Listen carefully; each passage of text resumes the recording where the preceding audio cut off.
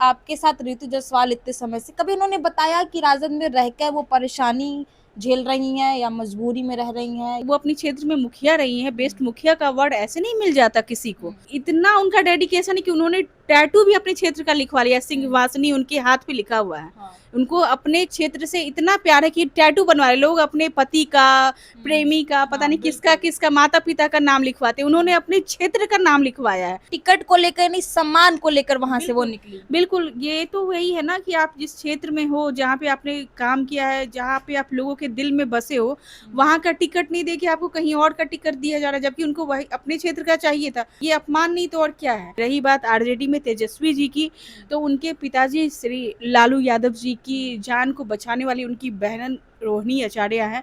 ये हम और आप एलिगेशन नहीं लगा रहे हैं। खुद रोहिणी ने कहा कि मैंने अपने पिता को बचाया पर मुझे चप्पल से मार के घर से निकाला गया, मैं अपने मायके नहीं आऊंगी। संजय यादव पे आरोप लगा हाँ, रहे तो हैं। ये हम लोग थोड़ी कह रहे हैं, उनके पार्टी में भी सच बात है, आरजेडी में कुछ ज्यादा होता है। महिला चाहे किसी भी फील्ड में हो, उनपे टीका टिप्पणी करना, ट्रोल्स करना या उनको शक की नजर से देखना बहुत साधारण है, चाहे वो राजनीति में ही क्यों नहीं हो। चिराग पासवान अच्छे लगते हैं? अरे भाई, उनको कौन नहीं अच्छा हो, कौन मतलब किसको नहीं लड़कियां फिदा रहती है। अरे भाई, लड़कियां छोड़ो, लड़के भी फिदा रहते लड़के भी फिदा रहते हैं। फिदा रहते हैं। नमस्कार, द एक्टिविस्ट देख रहे हैं, मैं हूं आपके साथ प्रिया मेहता। आपको बता दूं, ऋतु जायसवाल आपने बेहतर देखा होगा, आरजेडी का दामन छोड़कर भारतीय जनता पार्टी के दामन को थाम लिया है उन्होंने। लेकिन आपको बताऊं, वो राजद में थी, टिकट नहीं मिला तो निर्दलीय चुनाव लड़ी। अब उसके बाद भारतीय जनता पार्टी ज्वाइन की है।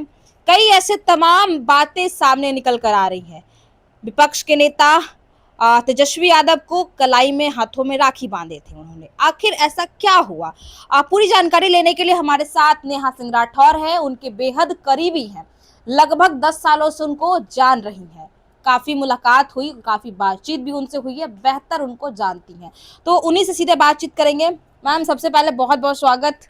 कैसी हैं आप? मैं ठीक हूँ, थैंक यू सो मच कि आपने अपने चैनल पे मुझे सुनने के लिए बुलाया। मैं शुरुआत करूंगी ऋतु जायसवाल, जो कहा जाता है, बार बार उनको टारगेट किया जाता है, बागी नहीं थी ऋतु जायसवाल। राजद को छोड़ा उन्होंने, निर्दलीय चुनाव लड़ी, अब बीजेपी का दामन थामा है। मैं चाहूंगी उनके बारे में कुछ बताइए आप। ऋतु जायसवाल पता नहीं इस लोगों के लिए क्या है क्या नहीं है, मेरे लिए तो वो एक बहुत खास इंसान है, मेरे दिल के बहुत करीब है और माइंड ब्लोइंग लेडी हैं। माइंड ब्लोइंग क्योंकि मैंने उनके मुंह से कभी पर्सनली मैंने कभी कोई चुगली, शिकायत या निंदा नहीं सुनी है। कभी भी कोई बात भी निकलती थी ना, तो अरे यार छोड़ो ना, लीव इट यार, क्या ही बात करना, ऐसे। हाँ, अब राजनीतिक रूप से अगर कभी उन्होंने कोई टिप्पणी की है, तो राजनीति में आपको पता है कि आप जिस दल के नेता रहते हैं, जिस दल से जुड़े रहते हैं, तो विपक्ष के बारे में लोग बोलते ही हैं। उनके कार्यशैली के बारे में बोले या व्यक्तिगत रूप से टिप्पणी करे, तो ये तो होते रहता है। लेकिन इन पर्सन वो बहुत अच्छी लेडी, बहुत अच्छी हैं। लगभग उनको अभी काफी दिनों से ट्रोल किया जा रहा है। आपने देखा होगा, विपक्ष में जब वो थी तेजस्वी यादव के साथ, वो जब काम कर रही थी, तेजस्वी यादव के लिए बहुत उन्होंने मेहनत से काम किया। अब उसके बाद उनको जब टिकट नहीं मिला तो फूट फूट कर वो रो रही थी। आपने वो तस्वीर और वीडियो देखा होगा। देखा है, मैंने सब देखा है। मैं तो उनके साथ 10 सालों से जुड़ी हूँ और हमने ग्राउंड में बहुत काम किया है। बांका में एक ब्रूटल हुआ था, वहाँ पे हम लोग घंटों सड़कों पे बैठे हैं। एक सरकारी अस्पताल में एक गर्भवती महिला को एडमिट नहीं किया गया था सही समय पे, उसको सड़क पे बच्चा हो गया था। इन्होंने खुद जाके महिला को एडमिट कराया, पैसों से भी मदद की, ऋतु जायसवाल ने मदद की। और ऐसे कई केसेज हैं जब हम, और ऐसे भी बिना काम के भी हम लोग घंटों बैठ के बातें किए हैं, राजनीति से रिलेटेड, सामाजिक बहुत सारे मुद्दे पे बात हुई है। जब उन्होंने आरजेडी ज्वाइन किया था, जब उन्होंने तेजस्वी जी को राखी बांधी थी, तब उन्होंने मुझे कहा था कि नेहा, मैं जुड़ गई हूँ और तुम भी जुड़ जाओ। और वो मुझे उसमें उन्होंने सलाह आपको भी दी कि आप भी राजद ज्वाइन कर हाँ हाँ, उन्होंने मुझे कहा था कि नेहा चलो ना, तुमको भी जुड़वा देते हैं, तुम भी सदस्यता ले लो। लेकिन मैं आज से 3-4 साल पहले पॉलिटिकली इतना एक्टिव नहीं थी, तो मैंने मना किया कि दीदी थोड़ा मुझे और समय दीजिए, मुझे और काम करना है, सीखना है, फिर मैं कर लूंगी। लेकिन आप देखो जब इलेक्शन का समय आया तो इतनी अच्छी लेडी को जो जिन्होंने ग्राउंड वर्क बहुत किया है, मतलब सच में बहुत किया है यार। वो एक आईएएस ऑफिसर की वाइफ रही है, वो चाहती तो ऐसे एसी वाले कमरे में बैठे रहती, उनको क्या जरूरत है ये करने का। लेकिन उन्होंने ग्राउंड वर्क किया, उन्होंने उन्हें बेस्ट मुखिया का अवार्ड मिला है, उन्होंने अपने क्षेत्र में इतना सुंदर काम किया है। और जब इलेक्शन का समय आया तो एक तो उनको टिकट नहीं दिया गया, कितना बड़ा विश्वासघात है। और आपको पता है महिलाएं चाहे किसी भी फील्ड में हो, उन पे टीका टिप्पणी करना, ट्रोल्स करना या उनको शक की नज़र से देखना बहुत साधारण है, चाहे वो राजनीति में ही क्यों नहीं हो। उनके काम पे उंगली उठाना, भाई इतनी अच्छी महिला को जिन्होंने इतना काम किया है उनको क्यों नहीं टिकट दिया गया। जब वो निर्दलीय खड़ी हुई तो करीब 70,000 के करीब उनको वोट आया, जिसमें से आपको पता है कॉल पे हमारी बात हुई, आधा घंटा से ज़्यादा उन्होंने फ़ोन किया मेरे पोस्ट को देख के। और उन्होंने ये कहा कि नेहा पता है मैंने इतनी शिद्दत से अपनी मातृभूमि पे अपने कार्य क्षेत्र में इतना मैंने काम किया है, लेकिन मुझे टिकट नहीं दिया गया। उसके बाद भी 35,000 अगर टोपी वाले ने मुझे वोट दिया है तो 35,000 तिलकधारियों का भी वोट था। अगर आरजेडी मुझे टिकट देती तो उनका फायदा होता, क्योंकि दोनों तरफ से मुझे मिला। लेकिन इन्होंने टिकट नहीं दिया मुझे और कहा कि 6 साल के लिए निष्कासित कर रहे हैं। लेकिन उन्होंने एक लाइन ये भी तो नहीं लिखा कि 6 साल के बाद इनकी वापसी होगी। उन्होंने तो अधूरा लिख के छोड़ दिया। तो मैं कैसे समझूं कि आरजेडी मुझे वापस ले ली? क्या मैं ऐसे बैठे रहूं, समय को जाने दूं? इसलिए मुझे अब बीजेपी में ज्वाइन कर रही हूं। और उन्होंने मुझे फिर कहा कि मैं जिस दिन ज्वाइन करूंगी ना, मेरे साथ बहुत सारी महिलाएं ज्वाइन कर रही मैंने है। देखा था कि आप साथ में आई थी, उनके साथ खड़ी थी और उनके एकदम सपोर्ट में खड़ी थी। मुझे प्राउड फील होता है ना कि आप किसी को स्टार्टिंग से देख रहे हो, उनकी मेहनत देख रहे हो, उनका डेडिकेशन देख रहे हो। महिलाओं के लिए वो कुछ भी हो, भाई किसी भी राजनीतिक दल से हो, लेकिन उनका उनका मन, उनका विचार आपको प्रेरित कर रहा है, आपको सीख रहे हो, आपको एक उमंग उनको देख के लगता है तो अच्छा लगता है ना। कोई महिला अगर वहां तक पहुंच रही है तो उन्होंने उस दिन भी कहा था कि चलो तुम भी मेरे साथ ज्वाइन कर लो। मैंने कहा मुझे 3-4 साल और अभी चाहिए, मुझे मैं और काम कर लूंगी। जिस दिन मन में मेरा संतोष हो जाएगा और जिस दिन मुझे लगेगा कि हाँ अब मुझे पार्टी की जरूरत है तो मैं भी आप ही की तरह ज्वाइन कर लूंगी, लेकिन अभी नहीं। और उस दिन भी मेरा 2-3 जगह शूट था, मैंने छोड़ के सबसे पहले मैंने कहा कि मैं उनके साथ जाऊंगी, उनके पास जाऊंगी। इससे हिम्मत मिलती है। अगर हम महिलाएं एक दूसरे को अपलिफ्ट नहीं करेंगी तो ये समाज तो बैठा है आपको हमको ट्रोल करने के लिए। तो मुझे लगता है कि कोई भी महिलाएं आगे आ रही हैं और अच्छा कर रही हैं, उनको अपलिफ्ट करो, उनको अप्रिसिएट करो। एक सवाल रहेगा मैम, सोशल एक्टिविस्ट हैं आप, कई जगहों पर जाती हैं, धरातल को देखती हैं, कहाँ क्या काम हो रहा है, कहाँ क्या काम नहीं हो रहा है। कई ऐसे लोगों की समस्या आपके पास आती होगी। मैं एक सवाल जानना चाहूंगी, आपको कौन सी पार्टी अच्छी लगती है? बीजेपी, जदयू, आरजेडी, खास करके कई ऐसे पार्टी हैं, तो आपको पार्टी कौन सी? देखिए कोई भी पार्टी बुरी या कोई भी पार्टी अच्छी नहीं होती है, उसकी विचारधारा और उसमें कितने अच्छे लोग जुड़े हैं जिनकी विचार सच में अच्छी है, तो वो पार्टी अच्छी होती है। मैं अगर अपना बता दूं तो मुझे राष्ट्रवाद बहुत पसंद है, जिसमें राष्ट्रहित की बातें हो। मुझे वो विचारधारा पसंद है जिसमें अपने धर्म को लेके धर्म की बातें हो, धर्म को कैसे आगे बढ़ाया जाए, कैसे लोगों को जोड़ा जाए। क्योंकि आजकल जो जनरेशन है, जो समय है, लोग वेस्टर्न कल्चर को अपनाने लग रहे हैं, ठीक है, धर्मांतरण हो रहा है। तो वैसी पार्टी जिनकी विचारधारा ऐसी हो कि हम युवाओं को संस्कार से जोड़े, सनातन से जोड़े, तो मुझे वैसी पार्टी पसंद है, वैसी विचारधारा के लोग पसंद हैं। तो फिर भी मैंने आप ये नहीं मैम ये नहीं बताया कि बीजेपी है, खासकर क्योंकि अब तो एनडीए की सरकार आ गई है। अब तो हमारे सम्राट चौधरी मुख्यमंत्री बन गए हैं, जो मेहनत काफ़ी दिनों से किया और करीबी नीतीश कुमार के रहे। नीतीश कुमार ने ठाना कि हमको इन्हीं को बनाना है। तो देखिए मैं पार्टी की बात आप नहीं पूछिए, आप पूछ सकते हैं कि कौन से नेता आपको ज़्यादा मतलब थोड़ा अच्छे लगते हैं। अच्छे लगते चिराग हैं। पासवान अच्छे लगते हैं। अरे भाई उनको कौन नहीं अच्छा, कौन मतलब किसको नहीं लड़कियां पसंद? फिदा रहती है। अरे भाई लड़कियां छोड़ो, लड़के भी फिदा रहते लड़के भी फिदा रहते हैं। फिदा रहते हैं। मुझे हर पार्टी में 2-3 नेता ऐसे हैं जो सच में प्रभावित करते हैं।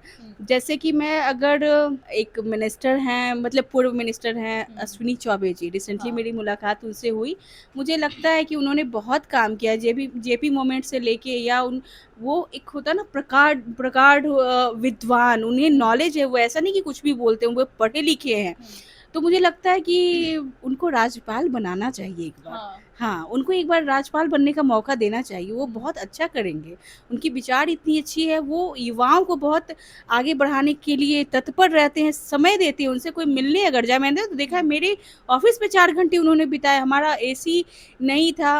अभी-अभी मैंने नई जगह पे शिफ्ट किया है, वहाँ पे वो 2-3 घंटे समय दिए, उसके बाद पॉडकास्ट के लिए 4 घंटा समय दिया। मुझे लगता है अश्विनी चौबे जी को एक बार राज्यपाल बनाना चाहिए और अपनी बात रख रही हैं कि उनको राज्यपाल बना देना चाहिए। हाँ, बनाना चाहिए। हाँ। उनके मुझे लगता है उनके दिशा निर्देश में बहुत कुछ अच्छा हो सकता है, क्योंकि सच में वो इंटेलेक्चुअल पर्सन है। उन्होंने शुरू से देखा है, अभी तक बिहार को बदलते देखा है, उनकी सोच बहुत अच्छी है। हम हर ऐज के बच्चों को, हर ऐज के लोगों को वो प्रेरित करते हैं, समझा सकते हैं अच्छे से। एक सवाल ये भी रहेगा मैम, ऋतु जायसवाल जब एनडीए ज्वाइन की तो उन्होंने एक आरोप लगाया कि तेजस्वी यादव कार्यकर्ताओं से मुलाकात नहीं करते। लालू यादव के समय में जब कार्यकर्ता पहुंचते थे तो उनसे गले लगाते थे, उनसे मुलाकात करते थे। महिलाओं की इज्जत नहीं करते हैं, तेजस्वी यादव हो या फिर उनके कार्यकर्ताओं में। इसमें आपको क्या लगता है? बात तो बिल्कुल सही है। इसमें बात तो ये भी आता है कि बीजेपी में भी कई महिलाओं को सम्मान नहीं मिलता। देखिए, मैंने क्या कहा कि हर पार्टी में हर तरह के लोग हैं। कोई पार्टी अच्छी और बुरी तभी होती है जब उसके कार्यकर्ता, उससे जुड़े लोग अच्छे होते हैं। तो हर पार्टी में ये गुण अवगुण है। रही बात बीजेपी में, आपने जैसे कहा, तो जब भी ऐसे कार्यकर्ताओं के बयान आते हैं, लाइक अभी कुछ दिन पहले आया था कि महिलाएं तो कुत्तों के साथ भी सो सकती है। फिर एक किसी नेता के पति ने मध्य प्रदेश में वो दिया था कि 8,000 में बिहार में महिलाएं मिलती हैं। हाँ। तो ये सब गलत है और शर्मनाक है। आप एक पब्लिक फिगर हो, आपको जनता ने चुना है, आप जनता में क्या बातें रख रहे हो, आपको सोचना चाहिए, 100 बार सोच के बोलना चाहिए, क्योंकि लोग आपको फॉलो कर रहे हैं, आपको सुन रहे हैं, आपकी बात जो इम्पैक्ट देती है। तो चाहे वो बीजेपी के लोग हो, चाहे वो आरजेडी के हो, चाहे वो जदयू के हो, वैसे टीका टिप्पणी करने से पहले 1000 बार सोचना चाहिए। महिलाएं भी इस समाज का अभिन्न अंग है, उनके साथ ऐसा दोयम दर्जा का व्यवहार बिल्कुल नहीं होना चाहिए। रही बात आरजेडी में तेजस्वी जी की, तो उनके पिताजी श्री लालू यादव जी की जान को बचाने वाली उनकी बहन रोहिणी आचार्य है। ये हम और आप एलिगेशन नहीं लगा रहे हैं। खुद रोहिणी ने कहा कि मैंने अपने पिता को बचाया, पर मुझे चप्पल से मार के घर से निकाला गया, मैं अपने मायके नहीं आऊंगी। संजय यादव पे आरोप लगा रहे हाँ, हैं। तो ये हम लोग थोड़ी कह रहे हैं, उनके पार्टी में भी सच बात है, आरजेडी में कुछ ज्यादा होता है। दूसरी पार्टियों के मुताबिक आप जब जाओगे उनके पार्टी कार्यालय भी ना, तो ना आपको कोई पानी के लिए पूछेगा, ना चाय के लिए पूछेगा। लेकिन आप बीजेपी चले जाओ, आप जदयू चले जाओ, आप प्रशांत किशोर जी की पार्टी जन सुराज चले जाओ, आपको बिल्कुल आपके साथ अच्छा व्यवहार होगा। लेकिन आरजेडी में सच में अच्छा व्यवहार नहीं किया जाता है। लोगों को बस पता नहीं क्या समझते हैं वो। उनको ये सब ध्यान देना चाहिए कि हम जनता या हम मीडिया कर्मी जो हैं, आपके लिए आ रहे हैं ना जी। आप हमारे साथ अच्छा व्यवहार नहीं करोगे तो हम लोग कैसे आपकी बात बाहर पहुंचाएंगे। तो नहीं, बीजेपी में मुझे बहुत सम्मान मिलता है। मैं ऐसा नहीं कि मैं समर्थन कर रही हूँ कि बहुत अच्छी पार्टी है, लेकिन बीजेपी कहीं आपको पार्टी अच्छी लगती है? नहीं, अब जहाँ सम्मान है वो लोग अच्छे हैं, आप वो जगह सम्मान अच्छी के है। लिए ही अच्छा बोल रही हैं या बिल्कुल। फिर पार्टी अच्छी लगती है? नहीं, सम्मान, जहाँ सम्मान है लोग अच्छे हैं। सम्मान है तो सब अच्छा है, सम्मान नहीं है तो नहीं अच्छा है।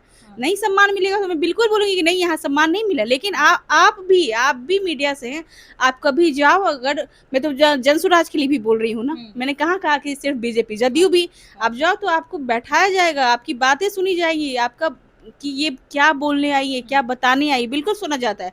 आरजेडी में ऐसा नहीं है, उनको काम करना होगा इस सब्जेक्ट धरातल पे उतर के काम करना हाँ, होगा। उनको समझना होगा ये चीजें कि कहाँ कमी है, क्यों लोग ऐसी बातें बोल रहे हैं।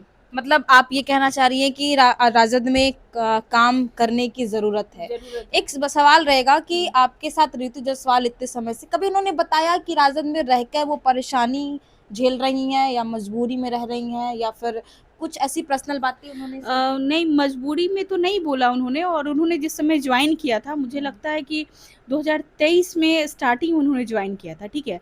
और वो एक एक्टिविस्ट थी, और किसी भी एक्टिविस्ट को तब मजबूती मिलती है जब उनके पास थोड़ा पावर हो। लाइक अगर हम लोग कुछ मुंह से टिप्पणी निकल जाए, तो मेरे ऊपर भी लीगल नोटिस आया था कि कैसे बोल दी, क्या अधिकार है। पर आप पॉलिटिशियन होते हैं, कुछ भी आप कमेंट कर रहे हैं, आपको कुछ नहीं होता है, क्योंकि आप पॉलिटिशियन है। जबकि ऐसा नहीं होना चाहिए कि आप कुछ भी बोल रहे हैं। तो उन्होंने उस समय आरजेडी को चुना, आरजेडी की तरफ से ऑफर आया, तो वो गई वहाँ पे बाकी उन्होंने ऐसा कभी नहीं कहा कि मैं मजबूर हूँ या क्या हूँ, वो अभी भी नहीं छोड़ती। अगर उनको टिकट मिल जाता, उनको सम्मान मिलता, टिकट तो छोड़ो सम्मान मिलता, मैंने अभी आपको कहा ना कि कहीं ना हाँ कहीं टिकट को लेकर नहीं, सम्मान को लेकर वहां से वो बिल्कुल, निकली। बिल्कुल, ये तो वही है ना कि आप जिस क्षेत्र में हो, जहाँ पे आपने काम किया है, जहाँ पे आप लोगों के दिल में बसे हो, वहाँ का टिकट नहीं देके आपको कहीं और का टिकट दिया जा रहा है, जबकि उनको वही अपने क्षेत्र का चाहिए था। तो ये अपमान नहीं तो और क्या है? उनको अगर सम्मान मिलता, उनको अगर टिकट मिलता तो वो पार्टी नहीं छोड़ती। क्योंकि पहले भी उन्होंने कहा था कि हम हाँ। बीजेपी नहीं ज्वाइन करेंगे। एक एक एक असली और सच्ची एक्टिविस्ट सत्ता हिला सकती है तो सत्ता बना भी सकती है, इतनी पावर एक एक्टिविस्ट में होता है। लेकिन सच्ची एक्टिविस्ट, जिसको एक्टिविज्म का नॉलेज, जिसको पता है कि मुझे पब्लिक डोमेन में कौन सी बातें रखनी है, कौन सी बातें लोगों को कनेक्ट करेगी, कौन सी बातों से सरकार हिल सकती है। आप धरातल पे काम कर चुकी हैं उनके साथ और जमीनी स्तर पे उनके साथ गई हैं। आपने देखा कि वो काम करती हैं, किस तरीके से काम करती हैं? नहीं, वो दिल से काम करती हैं। आप देखो, मैंने कहा ना कि उन्होंने वो अपने क्षेत्र में मुखिया रही हैं, बेस्ट मुखिया का अवार्ड ऐसे नहीं मिल जाता किसी को। वो इतना उनका डेडिकेशन है कि उन्होंने टैटू भी अपने क्षेत्र का लिखवा लिया, सिंहवासिनी उनके हाथ पे लिखा हुआ है। उनको अपने कार्य क्षेत्र से इतना प्यार है कि टैटू बनवा रहे लोग, अपने पति का, प्रेमी का, पता नहीं किसका किसका, माता पिता का नाम लिखवाते, उन्होंने अपने क्षेत्र का नाम लिखवाया है। ये प्यार नहीं तो क्या है, ये शिद्दत नहीं है तो क्या है। चलिए, तो हमारे साथ नेहा सिंह राठौर थी। साफ तौर पे हमने बात किया जिस तरीके से वो बीजेपी ज्वाइन करती हैं, बताया हमने, पर्सनल चीजें बात की कि आखिर क्या कुछ हुआ उनके साथ जो बीजेपी ज्वाइन करना पड़ा, बहरहाल काम किस तरीके से हो रहा था। उन्होंने ये भी बताया कि कहीं ना कहीं कार्यकर्ताओं से मुलाकात नहीं करते थे, सम्मान और इज्जत की बात थी, टिकट को लेकर कहीं यहाँ कोई बात नहीं आ रही है। साफ तौर पे आरोप है, लेकिन अभी भी देखना दिलचस्प होगा आगे क्या कुछ होता है। बहरहाल ऐसी अपडेट्स के लिए बने रहें द एक्टिविस्ट के साथ। प्रिया मेहता की रिपोर्ट पटना से।